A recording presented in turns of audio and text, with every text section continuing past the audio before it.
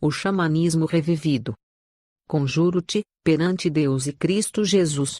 Prega a palavra, insta, corrige, repreende, exorta com toda longanimidade e doutrina.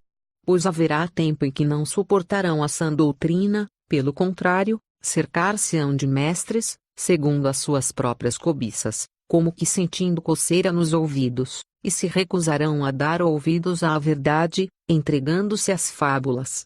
2 Timóteo 4:1-4.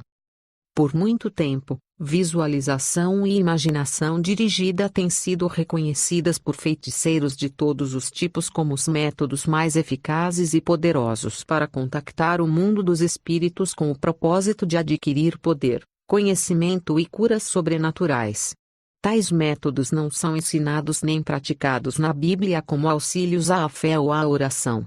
Os que procuram fazer isso não estão seguindo a orientação do Espírito Santo ou da Palavra de Deus, mas praticando uma antiga técnica ocultista.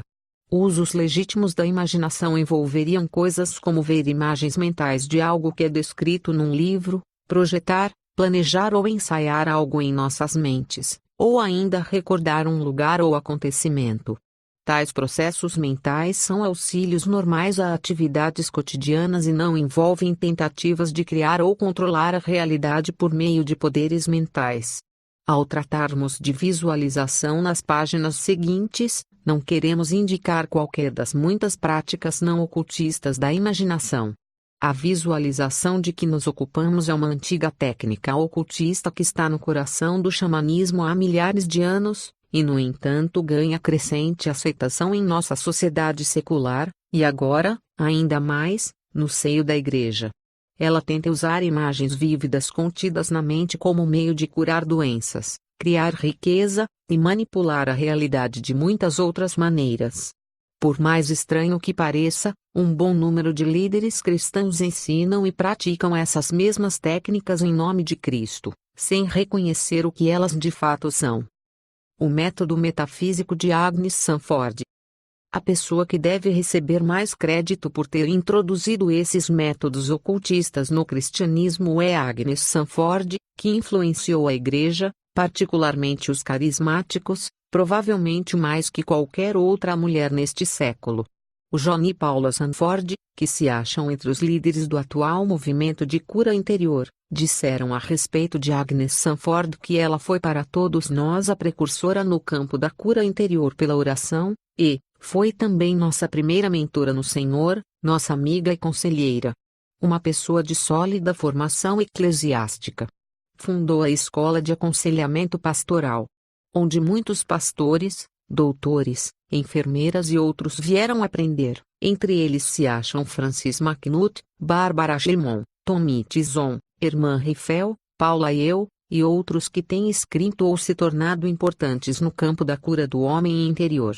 Essa mulher de sólida formação eclesiástica que fundou a Escola de Aconselhamento Pastoral explicou sua visão doutrinária do pecado e da expiação nos seguintes termos metafísicos junguianos, com os quais qualquer sectário da ciência da mente concordaria. O amor de Deus foi isolado do homem pela vibração mental negativa deste mundo pecaminoso e sofredor. Assim, nosso Senhor, no jardim Getsêmani, realizou a grande obra que chamamos de expiação, aquele momento único em que reuniu o homem com Deus. Ele literalmente abaixou suas vibrações mentais ao nível das vibrações mentais da humanidade e recebeu em si mesmo os pensamentos humanos de pecado e doença, dor e morte. Assim ele limpou as vibrações mentais que cercavam este globo. Portanto, uma vez que ele se tornou participante do inconsciente coletivo da raça, quando ele morreu sobre a cruz, uma parte da humanidade morreu com ele. E uma certa emanação ou uma energia invisível e personalizada de nossos espíritos já foi exaltada com ele aos céus. Seu sangue, essa misteriosa essência da vida, permanece nesta terra, sob a forma de plasma, soprada pelos ventos do céu para toda a terra debaixo do sol, explodindo numa reação em cadeia de poder espiritual. Mas como podemos dirigir este grande fluxo de vida para uma mente fechada? Fazendo penitência pelos pecados do mundo, ou pelos pecados específicos daquele líder mundial por quem oramos em particular. e levando essa pessoa à cruz de Cristo e ali recebendo, por ela, perdão, cura e vida. Eu aprendi a combinar a abordagem sacramental com a metafísica. Mas nem todos têm a mente aberta e a capacidade de visualização necessárias para usar os métodos metafísicos. Em seus livros, que de tão pagãos chegam a surpreender, Agnes Sanford não faz qualquer distinção entre verdade e erro, qualquer coisa que pareça atingir o que ela chama de esse fluxo de energia, essa alta voltagem da criatividade de Deus, é aceitável. Afirmando que somos parte de Deus. Ele está na natureza e ele é a natureza, e chamando de energia primal, e rotulando Jesus como o mais profundo dos psiquiatras, Sanford ensinou que literalmente podemos criar virtudes em outras pessoas pelo poder de nossas mentes, curar pessoas à distância, e até mesmo perdoar pecados por meio da visualização. Sanford dá sua aprovação tanto ao selvagem dançando na selva. Pessoas primitivas que criam uma atmosfera de fé com pinturas de guerra e penas, como para os ocultistas da ciência da mente que já têm um caminho de fé aberto pela negação de tudo aquilo que não é bom. Embora não ache defeito no paganismo ou na ciência cristã que outros podem seguir livremente no que lhe diz respeito, a Sra. Sanford explica que preferências pessoais a levaram a adotar uma técnica diferente, que ela introduziu na igreja como elemento-chave do que viria a ser conhecido como a cura interior ou a cura das memórias. Como, então, vou criar em minha atmosfera de fé, a sensação de que Deus está respondendo minha oração? O método que uso é o treinamento da imaginação criativa. Na cura das memórias é preciso fixar firmemente na imaginação o quadro desta pessoa, a despeito de perversões, como um santo de Deus, e transformar, na imaginação, as sombras negras e terríveis de sua natureza em resplandecentes virtudes e fontes de poder. É verdade. Elas podem ser transformadas. Isso é a redenção. Este é um antigo método da feitiçaria e do xamanismo para realizar curas que já fora cristianizado por seitas pseudo-cristãs da ciência mental, como a ciência religiosa e a Igreja da Unidade. Na verdade, foi provavelmente de uma ministra da Igreja da Unidade que Agnes Sanford aprendeu essa técnica. Em seu primeiro livro, Telling Light, A Luz que Cura, ela elogia a Igreja da Unidade e outras escolas modernas de oração pelos métodos metafísicos com que eram mentalmente capazes de projetar o poder de Deus dentro do ser humano. Então ela relata como inquiriu de uma ministra de mente aberta porque não conseguia projetar o poder curador por meio de uma oração à distância. Recebeu o seguinte conselho: "Ah, minha querida, você as está vendo doentes?", disse chorando aquela linda e idosa ministra. "Se sua mente subconsciente não acredita de fato que essas pessoas vão ficar boas, tudo o que fará será cravar ainda mais nelas a sua doença. Quando orar por alguém, querida, precisa aprender a ver essa pessoa bem de saúde." A influência de Sanford. Richard Foster, que é um dos muitos admiradores de Agnes Sanford, por quem foi fortemente influenciado, afirma: "Fui grandemente ajudado em minha compreensão do valor da imaginação ao orar por outras pessoas por Agnes Sanford e por meu querido amigo, o pastor Bill Vasuig." Foster diz que foi no livro de Vasuig que arranjou a ideia para algumas das visualizações que apresenta. Vasuig, por sua vez, as obteve de Sanford. O despertamento do poder da imaginação por meio da fantasia e da visualização é um dos temas principais do best-seller de Foster, Celebration of Discipline, Celebração da Disciplina, que, apesar disso, merece elogios por encorajar a devoção ao Senhor e maior disciplina na vida cristã. Mais adiante, Foster afirma novamente este conselho de oração por meio da imaginação, de visualizar a cura. E muito mais foi-me dado por Agnes Sanford. Descobri que ela é uma conselheira extremamente sábia e habilidosa. Seu livro Telling Gifts of the Spirit, Os Dons Curadores do Espírito, é uma excelente fonte de recursos. Seja lá o que for que Sanford tenha dito como conselheira habilidosa sobre seu tópico favorito, oração por meio da imaginação, certamente estava enraizado em suas crenças basicamente pagãs, às quais ela meramente superimpôs uma terminologia cristã e psicológica, especialmente junguiana. Isso deveria ficar claro a qualquer pessoa que lê seus escritos. Por exemplo, os sábios da Índia vêm por séculos galgando os elevados picos da meditação, desenvolvendo seus poderes psicoespirituais e gerando suas sobre-almas. Os espíritos daqueles mortos por quem temos orado sobre a terra trabalham por nosso intermédio. Conduz-se a força curadora para o interior da pessoa, que está enferma, através da lei da sugestão. Ela, a pessoa que realiza a cura, criou uma trilha mental entre seu espírito, sua mente subconsciente e seu corpo, e o corpo, a mente subconsciente e o espírito do paciente. Embora tão altamente recomendada por numerosos líderes cristãos, a mensagem dos livros de Sanford é coerente com os ensinos básicos do ocultismo. Isso fica claro não apenas a partir dos próprios livros, mas de endossos semelhantes ao do maior defensor do ocultismo hindu e budista, T-American Theosophist, o teósofo americano. Um manual inspirador para o desenvolvimento das capacidades pessoais de uma vida e de uma contribuição mais ricas. Apesar disso, os escritos de Agnes Sanford continuam na lista dos mais vendidos em livrarias cristãs por toda parte. Revistas cristãs periodicamente republicam excertos de seus livros. A revista Carisma, recentemente publicou todo um capítulo. É extremamente preocupante que líderes cristãos como Richard Foster, que é conferencista em universidades e seminários cristãos, possa aceitar o que Agnes Sanford escreveu sem rejeitar seu ocultismo explícito, e, ao invés de denunciar a outros esse ensino perigoso, recomenda fortemente tais livros.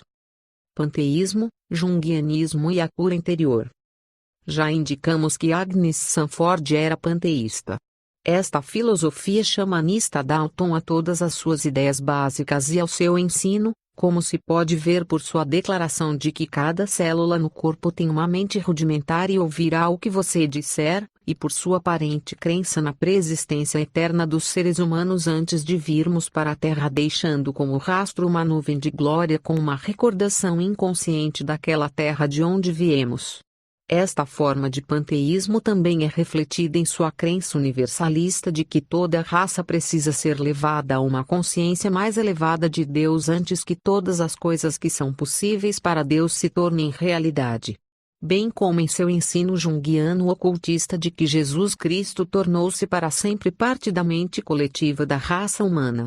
Uma parte da sua consciência está para sempre ligada à mente mais íntima do homem. É muito claro o fato de que o ocultismo junguiano foi o referencial básico para o sistema xamanístico de cura interior que ela obteve da metafísica e das seitas da ciência mental e passou para as igrejas evangélicas. Há uma conexão misteriosa entre o ser inconsciente de uma pessoa e a mente íntima de outra.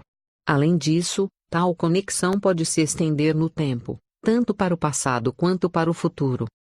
Quando falar em línguas entra em cena, este poder latente no inconsciente de todas as pessoas é despertado, de modo que o inconsciente pode estabelecer contato com a mente inconsciente de alguém que vive em qualquer lugar desta terra, ou de alguém que já tenha vivido, ou de alguém que ainda vai viver no futuro, ou até mesmo de alguém que esteja no céu, algum grande mensageiro de luz para que ele, Deus, possa erguer-nos da escuridão e levar-nos para a luz da imortalidade. Sua confiança ingênua na psicoterapia e na filosofia junguiana levou Agnes Sanford a crer que por sua encarnação Jesus Cristo havia entrado no inconsciente coletivo da raça, na mente íntima de cada pessoa, estando ali pronto para ajudar e curar. Isso, por sua vez, levou-a a desenvolver a cura interior e a cura das memórias, que agora influenciam tão fortemente o cristianismo. Qualquer aparente reconhecimento de suas práticas ocultistas e de sua doutrina falsa, ou mesmo qualquer alerta sobre seus ensinos sincretistas é notável pela sua ausência nos escritos e palestras dos líderes cristãos que recomendam seus escritos, geralmente com grande entusiasmo. Com tais ideias se espalhando por toda parte, o crente que não assume a responsabilidade de verificar tudo num estudo cuidadoso da Palavra de Deus, acompanhado de oração, será facilmente desviado por pastores sinceros mas mal direcionados, que deixaram, eles mesmos, de pôr à prova o que Agnes Sanford, e outros semelhantes a ela, ensinaram. Com respeito à cura interior, o pastor e autor Robert Wise escreveu: o nome e a ideia começaram com o ministério de Agnes Sanford. Uma daquelas raras e altamente dotadas pessoas do espírito, Agnes foi capaz de cunhar frases e descobrir metáforas que ajudaram a dar percepção sobre como o poder curativo de Deus opera. Seu raciocínio inspirado a levou ao campo da terapia pela oração. De maneira coerente com suas crenças xamanistas, a Sra. Sanford descreve como seu batismo do Espírito Santo aconteceu por meio do sol, e das águas do lago, e do vento nos pinheiros, e explica que isso é possível porque até mesmo uma pedra emite uma energia invisível à luz do Criador, que ela também descreve como a força vital, a partir da qual todas as coisas evoluíram. Numa de suas declarações mais surpreendentes, Agnes Sanford escreveu: já não me é mais possível realizar esta obra, de oração individualmente, pessoa por pessoa, porque a população-alvo é ampla demais. Por isso, o Senhor me guiou a uma maneira mais ampla e mais sutil de orar. Isso ainda me deixa perplexa, de certo modo, porque não consigo dizer o que meu espírito faz e onde vai. Mas, fica cada vez mais evidente que ele viaja e Deus opera por meio de meu corpo espiritual mesmo quando minha mente não tem qualquer consciência disso. Portanto, simplesmente me invoque em sua mente, ou invoque qualquer outra pessoa que seja para você um canal do amor de Cristo. A feitiçaria benigna de Morton Kelsey. Entre os muitos líderes cristãos que promovem a mesma filosofia sedutora de Agnes Sanford, um dos mais influentes é o sacerdote episcopal e psicólogo junguiano Morton Kelsey, que também era amigo de Sanford. Agnes era simplesmente uma mulher cujos relatos domésticos de experiências admiráveis levaram seus muitos admiradores, e, por meio deles, um grande segmento da igreja, a práticas xamanistas. Kelsey, todavia, é um pensador sofisticado e escritor prolífico e persuasivo. Sua crença junguiana básica, geralmente disfarçada por uma linguagem de aparência ortodoxa, de que o bem, o mal, Satanás, anjos e demônios são formulações arquetípicas da psique humana, dá aos argumentos de Kelsey um sabor desorientador, mas, ao mesmo tempo, peculiarmente irresistível. O que Sanford ensinou por experiência, Kelsey persuade a igreja a crer por meio de um raciocínio sedutor, que a feitiçaria, a bruxaria e outras formas de xamanismo não são más em si, mas são legítimas na medida em que as usarmos em amor e para o bem. Ele escreve: não há nada intrinsecamente mal nos poderes mediúnicos e em seu uso. Experiências mediúnicas em si não são coisa do além. São simples experiências da psique humana que a humanidade compartilha com outros seres vivos e que podem, às vezes, ser desenvolvidas. Quando pessoas têm experiências profundas e permanentes com Deus, experiências de PS muitas vezes acontecem. Clarividência, telepatia, precognição, psicocinese e cura têm sido observadas nas vidas de muitos líderes religiosos e de quase todos os santos cristãos e na vida de pessoas à sua volta. Esse é o mesmo tipo de poder mediúnico que o próprio Jesus possuía. Kelsey e o xamanismo cristão. Como se poderia esperar, os muitos líderes cristãos no movimento da cura interior que recomendam Sanford também citam e admiram Kelsey, apesar do fato dele crerem e praticar uma suposta comunicação com os mortos e receber orientação deles, apesar dele identificar o Espírito Santo com o eu, e equacionar poderes mediúnicos do xamanismo com os dons do Espírito Santo, que simplesmente ocorrem onde há um cristianismo vivo. Kelsey, que acredita que sua mãe morreu por ele, como fez Nosso Senhor, declara que o ponto de vista xamanístico quanto ao mal era parte da perspectiva teológica de Jesus de Nazaré. Além do mais, para ele, um xamã, pajé, feiticeiro, etc., não é uma pessoa má, mas alguém em quem o poder de Deus está concentrado e pode, assim, fluir para outros. Baseado nessa crença, Kelsey afirma: Jesus era um homem de poder. Ele foi maior que todos os xamãs. Meus alunos começam a entender o papel que Jesus desempenhou quando leem Xamanismo, de Mircea Eliade, e Jornada Islã, de Carlos Castanheda. Era esse mesmo tipo de poder mediúnico que Jesus possuía. Como já foi observado, xamã é uma palavra que os antropólogos passaram a usar para descrever os que antigamente eram os chamados de pajés, bruxos, feiticeiros e magos. O apóstolo Paulo escreveu: antes digo que as coisas que eles sacrificam, é a demônios que as sacrificam, e não a Deus. 1 Coríntios 10:20.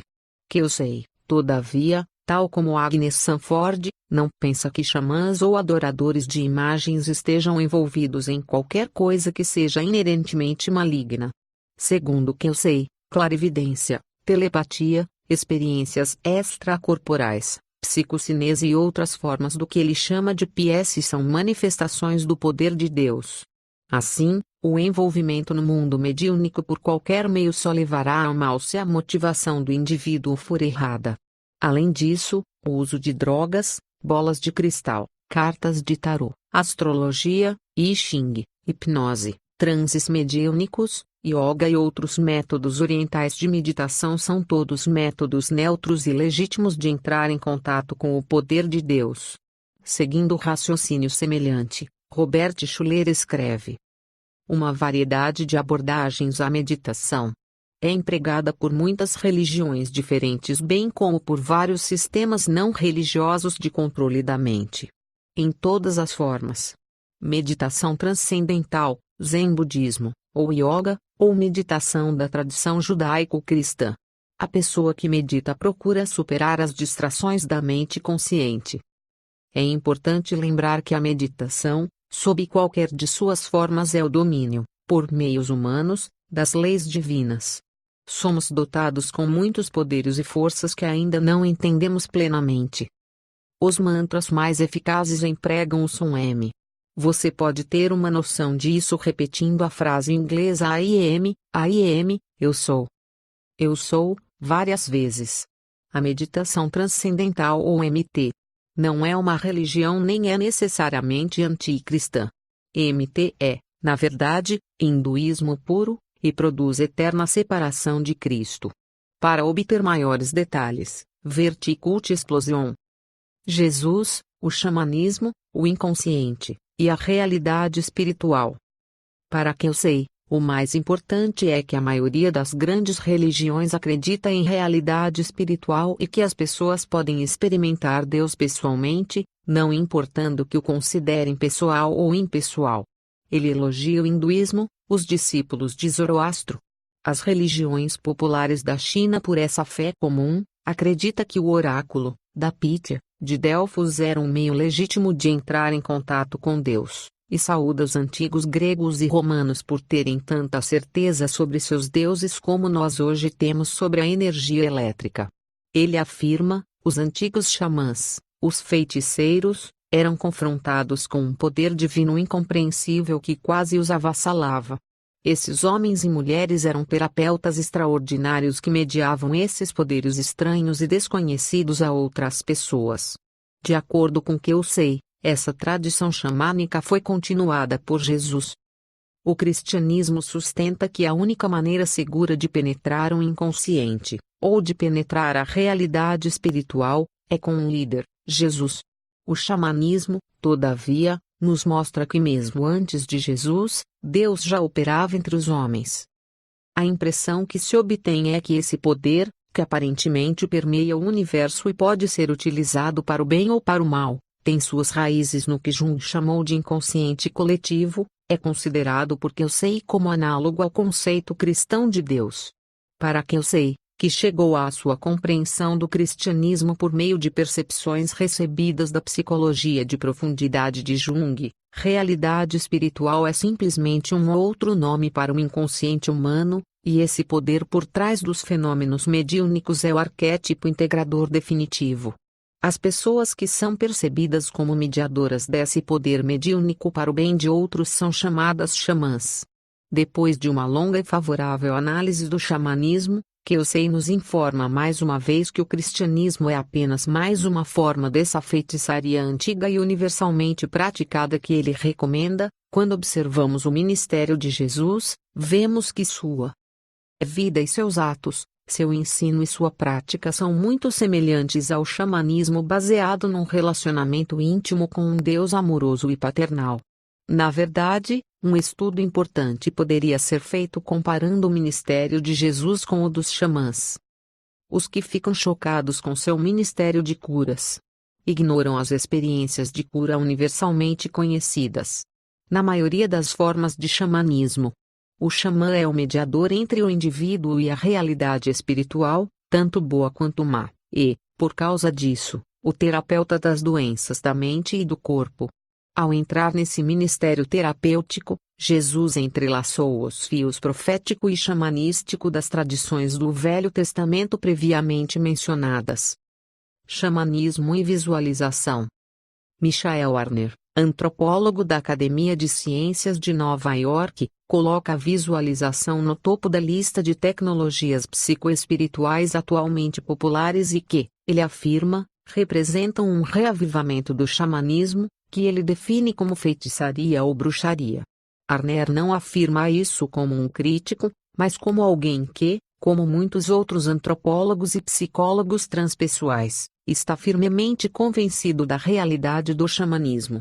O uso de visualização, que é, de longe, a forma mais eficaz e poderosa de xamanismo, está explodindo no mundo secular e, desde sua introdução por Agnes Sanford, está ganhando aceitação e uso da Igreja.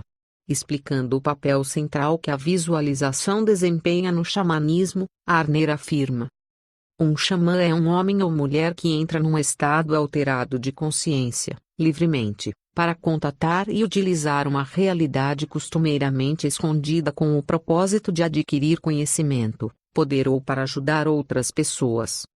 É no EXC estado xamânico de consciência, que o indivíduo vê xamanicamente. Isso pode ser chamado de visualização, imaginamento, ou, conforme expresso pelos aborígenes da Austrália, usar o olho forte. Como observou o importante antropólogo australiano A. P. Kins, a visão de um xamã aborígene não é mera alucinação. É uma formação mental visualizada e externalizada que pode existir, por algum tempo, independente de seu criador. Os psicólogos argumentam que nossas mentes não conseguem diferenciar entre o mundo real dependendo do que isso significa, e algo vividamente imaginado.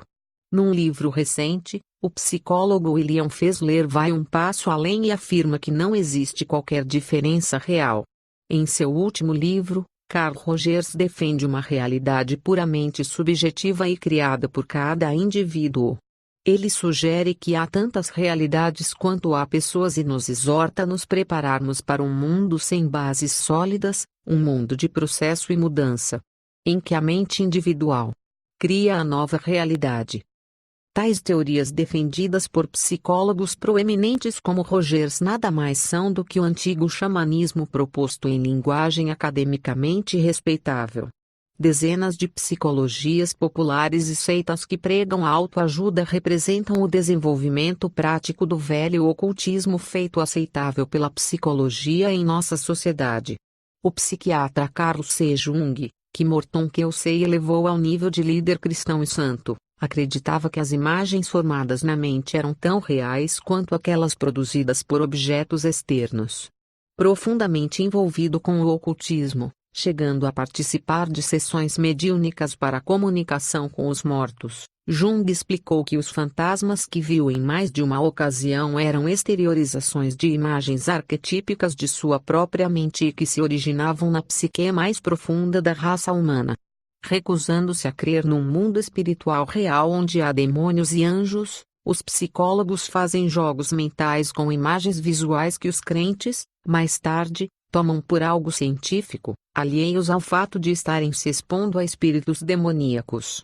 De acordo com Barbara Anna, uma analista junguiana e professora do Instituto C.G. Jung, a imaginação ou visualização é considerada a ferramenta mais poderosa na psicologia junguiana para conseguir contato direto com o inconsciente e para obter maior conhecimento interior. A feitiçaria, sob rótulos científicos, já se tornou parte integral de nossa sociedade moderna. Há um esforço consciente de fundir a ciência com o xamanismo. Sob o título Cientistas e Xamãs se reúnem para explorar território comum. O Brain Min Boletim do Cérebro e da Mente, publicado por Marilyn Ferguson, anunciou uma das muitas reuniões convocadas com esse propósito. Realizada em Ojai, Califórnia, de 29 de abril a 3 de junho de 1984, e organizado pela antropóloga e líder da nova era Joan Halifax, esse inusitado programa de residência para determinar o padrão que conecta as tradições científicas e sagradas foi apoiado por luminares como o psicólogo R. D. Laing e pelo fisiobotânico Rupert Sheldrake. Reuniu biólogos, físicos, psiquiatras e neurocientistas com pajés ameríndios e africanos, lamas tibetanos, místicos sufitas, mestres de Zen e especialistas das artes marciais. Quase ninguém relaciona esse tipo de atividade com sua origem pagã quando ela aparece vestida em terminologia psicológica como um curso de desenvolvimento pessoal, uma fita de auto-hipnose, ou um seminário de AMP Atitude Mental Positiva, ou de motivação para o sucesso para executivos. Fica ainda mais difícil de reconhecer o que o xamanismo é realmente quando é ingenuamente apresentado por líderes cristãos com aparente apoio bíblico. As fileiras cada vez mais engrossadas de ferrenhos defensores dessa doutrina incluem um número crescente de médicos, psicólogos, professores de universidades e seminários, sociólogos, teólogos, líderes cristãos, e outras pessoas bem educadas, sofisticadas e de ampla influência na sociedade.